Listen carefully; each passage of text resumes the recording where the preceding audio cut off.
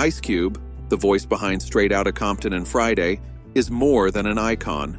He rose from South Central Los Angeles, a world of flickering streetlights and cracked sidewalks, to leave a mark on music, film, and culture through raw honesty, iron will, and relentless fire. His life is a testament to resilience, shaped by loss and determination. At 12, tragedy struck when his sister Beverly died, leaving a void no child could fill. His parents were crushed, and Ice Cube grew up fast, carrying grief through silent dinners and streets that offered no promises. Beverly's absence left an ache that shaped every choice, but it also ignited a fierce determination to find a way to survive. And he found it in writing. By 14, he began crafting verses, late nights under a dim bulb, turning pain into words. Writing became survival, a space where a young boy from South Central could speak without fear.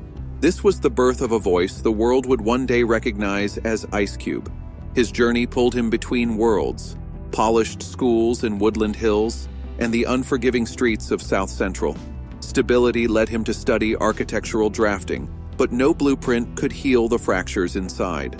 He returned to Los Angeles seeking a place for his voice, and music offered that outlet.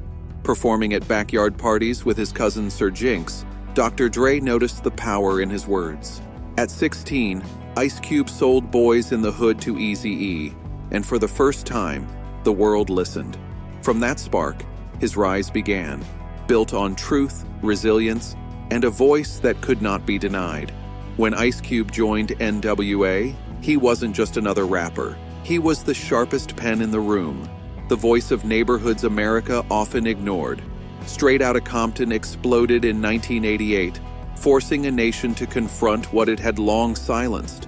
But behind the success were harsh realities, contracts that denied him his share, praise without pay, and just $32,000 for an album selling millions. Walking away in 1989 meant stepping into uncertainty, yet he chose integrity over comfort. The early 90s proved his strength. Death Certificate, 1991, were fearless and unflinching. The Predator, 1992, sold over 2 million copies, topping pop and R&B charts. At 23, he was shaping the national conversation, but the weight of fame was crushing. Endless tours, sleepless nights, and relentless expectations tested him. Hollywood became another battlefield.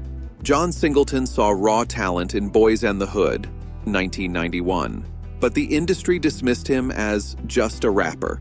He learned scripts, studied cameras, and poured himself into Friday, 1995, transforming a $3.5 million budget into $28 million and creating a cultural touchstone.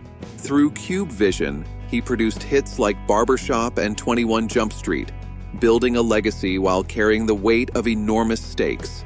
In 2017, he launched Big 3, a professional basketball league, facing financial risk, lawsuits, and skepticism. Millions were lost before a single dollar was made, but he pushed forward, guided by the same determination that carried him from South Central to superstardom. In 2021, Ice Cube turned down a $9 million role over his refusal to take the vaccine, accepting the consequences without complaint. Hollywood moved on, but Cube remained steady, just as he had when leaving N.W.A. at 19 and navigating countless crossroads since. He never measured his worth by the opportunities others gave him, but by the doors he built himself. Through every challenge, Cube remained grounded. At home, his wife, Kimberly, became his anchor. They married young in 1992, building a life together with humble beginnings. Despite his fame, Cube missed family moments, like his son's birthday, which became a turning point. He realized the importance of being present, shifting from celebrity to a father and husband who showed up when it mattered most. In 2015, when his son, O'Shea Jr., portrayed him in Straight Outta Compton, Cube saw his youth reflected on screen, finding unexpected healing. As a husband, father, and grandfather, these roles grounded him more than fame ever could. The loss of Eazy-E reminded him of life's fragility. Their partnership had been a cornerstone, and with Eazy's death, Cube understood the value of making peace while doors are still open. Today, Ice Cube stands as a testament to determination and vision. His empire spans music, film, business, and entrepreneurship. Homes in Marina del Rey and in Chino reflect years of work and resilience, with every luxury, from panoramic views to private theaters, serving as a marker of survival and reinvention, not excess. His car collection, from a classic Chevy Impala to custom Rolls-Royces, tells the same story. Yet his real legacy isn't wealth. It's the empire he built from nothing. Music that gave him a voice, films that amplified it, production that expanded it, and entrepreneurship that secured it. From South Central's cracked sidewalks to international stages, Ice Cube's journey proves that survival, vision, and unwavering belief can turn hardship into generational strength. When Ice Cube co-founded the Big Three Basketball League, critics doubted him. Could a rapper really build a professional sports franchise from scratch? Step by step, through negotiations with investors, arenas, retired N.B.A. stars, and countless behind-the-scenes decisions, he built something real, respected, and profitable. Applause fades, trends shift, and fame disappears. But ownership, vision, and legacy endure.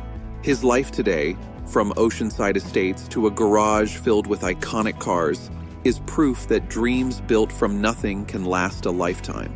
At home, life is quieter, fuller, and grounded in family. Cube and Kimberly's partnership, begun decades ago, remains steadfast.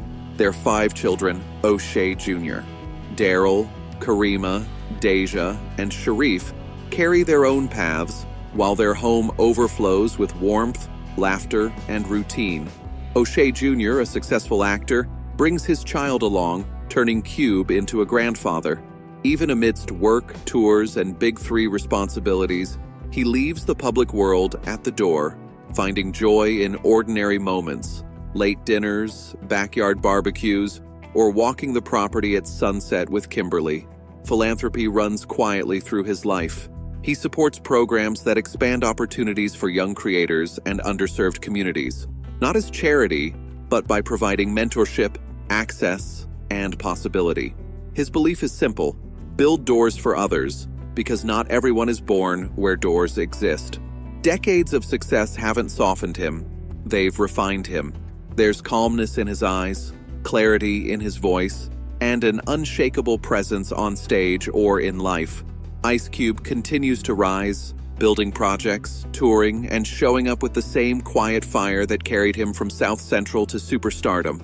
In the end, what lingers isn't just his fame, wealth, or legacy. It's the quiet testament to perseverance, humanity, and the ability to create a life of purpose, family, and vision. Ice Cube shows that true success isn't measured by applause, but by the doors you open, the storms you endure, and the family and community you carry with you along the way.